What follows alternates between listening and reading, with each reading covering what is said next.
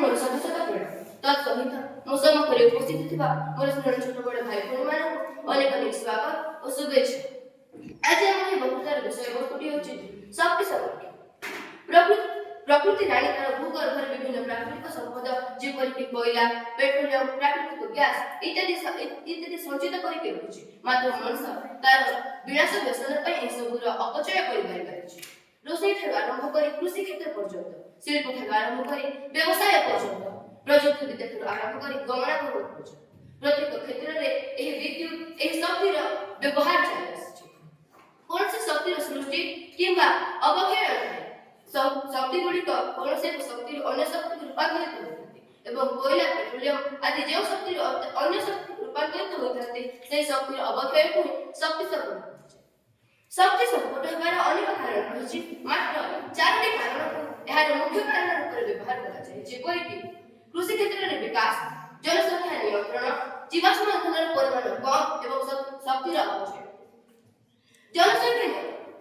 ଯଦି ଆମେ ଶକ୍ତି ସଂରକ୍ଷଣ କରିବାକୁ ଚାହିଁବା ତେବେ ଜନସଂଖ୍ୟା ନିୟନ୍ତ୍ରଣ କରିବା ଏକ ଅତ୍ୟନ୍ତ ଗୁରୁତ୍ୱପୂର୍ଣ୍ଣ ବିଷୟ। କାରଣ ଜନସଂଖ୍ୟା ଯେତେ ଅଧିକ ହେବେ ଶକ୍ତିର ବ୍ୟବହାରର ପରିମାଣ ମଧ୍ୟ ସେତେ ଅଧିକ। ଜନସଂଖ୍ୟା ନିୟନ୍ତ୍ରଣ କରିବା ଆମ ପାଇଁ ଅତ୍ୟନ୍ତ ଜରୁରୀ। ଅନେକ ସରକାରୀ ତଥା ବେସରକାରୀ କ୍ଷେତ୍ରରେ, ଚାକିରି କ୍ଷେତ୍ରରେ ଅନେକ ନିୟମ କଡ଼ାକଡ଼ି ଭାବରେ ଲାଗୁ ହେବା ଦରକାର ଏବଂ ସମସ୍ତେ ଏହାକୁ ମାନି ଚଳିବା ଦରକାର। ଜୀବାଶ୍ମ ଇନ୍ଧନର ପରିମାଣ କମ୍। ଜୀବାଶ୍ମ ଇନ୍ଧନର ପରିମାଣ କମ୍ ହେବାରୁ ଏହାର ଅପଚୟ ନ କରି ଆବଶ୍ୟକ ସ୍ଥଳେ ବ୍ୟବହାର କରିବା ଏବଂ ଅନାବଶ୍ୟକ ସ୍ଥଳେ ଏହାର ଯେତେ କମ୍ ବ୍ୟବହାର କରିପାରିବା ସେତେ ଭଲ ହେବ ବୋଲି ମୁଁ ଭାବୁଛି। କୃଷି କ୍ଷେତ୍ରରେ ବିକାଶ ଏବଂ ଅଭିବୃଦ୍ଧି ସ୍ଥଳରେ ଆମେ ଅନେକ ଯୋଜନା ପ୍ରସ୍ତୁତ କରି ସେସବୁକୁ କାର୍ଯ୍ୟକାରୀ କରିବା। ଶକ୍ତିର ଅପଚୟ ନ କରି ତାକୁ ସଠିକ ଭାବରେ ବିନିଯୋଗ କରିବା ଦରକାର ଏବଂ ସୌର ଶକ୍ତିର ବିନିଯୋଗ କରିବା। ମୁଁ ଭାବୁଛି ଏବେ ଆପଣମାନେ ନିଶ୍ଚୟ ମନରେ ସଂଶୟ ରଖିଥିବେ ଯେ ଆମେ ଶକ୍ତି କାହିଁକି ସଞ୍ଚୟ କରିବା? ଶକ୍ତି ସଞ୍ଚୟ ଆମେ କାହିଁକି କରିବା? ଶକ୍ତି ତ ଆମ ଦୁନିଆରେ ବହୁତ ଅଛି। ମୁଁ ଆପଣଙ୍କୁ ଗୋଟିଏ ପରିସ୍ଥିତି ବିଷୟରେ କହୁଛି। ଭାବନ୍ତୁ ଥରେ ଗୋଟିଏ ପରିସ୍ଥିତି ଆସିଛି, ଯେଉଁ ପରିସ୍ଥିତିରେ ଆପଣଙ୍କ ଘରେ ବଲ୍ବ ଜଳୁନି, ଟ୍ୟାପରେ ପାଣି ଆସୁନି କି ବାହାରକୁ ଯିବା ପାଇଁ ଗାଡ଼ିରେ ତେଲ ନାହିଁ। ଏହି ପରିସ୍ଥିତିରେ ଆପଣମାନେ କ'ଣ କରିବେ? ନିହାତି ଭାବରେ ଏହା ଏକ ବିକଟ ପରିସ୍ଥିତି। ଠିକ୍ ସେହି ପରିସ୍ଥିତି ଆମ ସମାଜରେ ନିଶ୍ଚିତ ଭାବରେ ଆସିବ ଯଦି ଆମେ ଶକ୍ତିର ସଂରକ୍ଷଣ ନ କରିବା।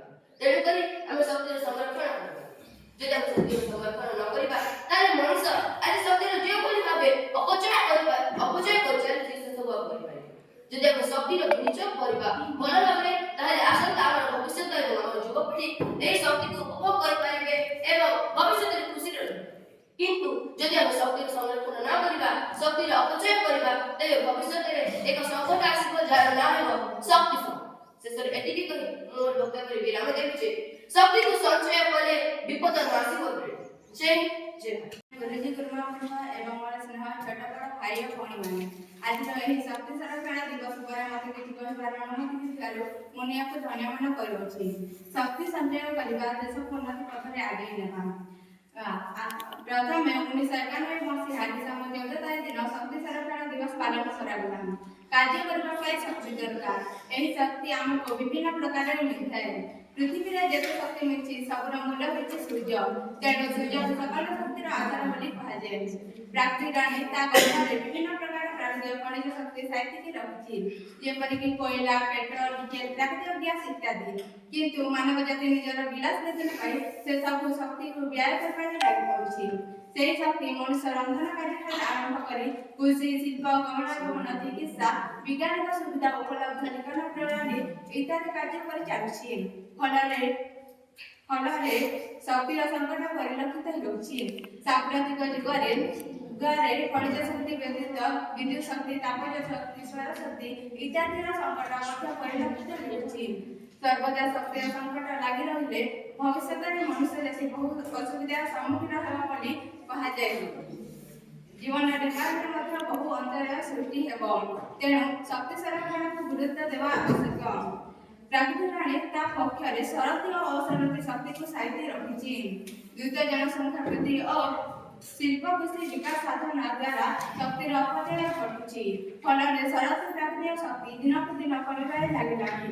ଅସରନ୍ତି ଶକ୍ତି ଆଉଥରେ ପୂରଣ ହୋଇପାରୁନଥିବାରୁ ଆମେ ଅଧିକ ଗୁରୁତ୍ୱ ଦେବା ଆବଶ୍ୟକ। ସୌର ଶକ୍ତି, ବାୟୁ ଶକ୍ତି, ତାପଜ ଶକ୍ତି ଇତ୍ୟାଦି ଅସରନ୍ତି ଶକ୍ତିକୁ ରୂପାନ୍ତରିତ କରି କାର୍ଯ୍ୟରେ ଲଗାଇବା। ଶେଷରେ ଏତିକି କହିବ ମତେ ବି ଶେଷ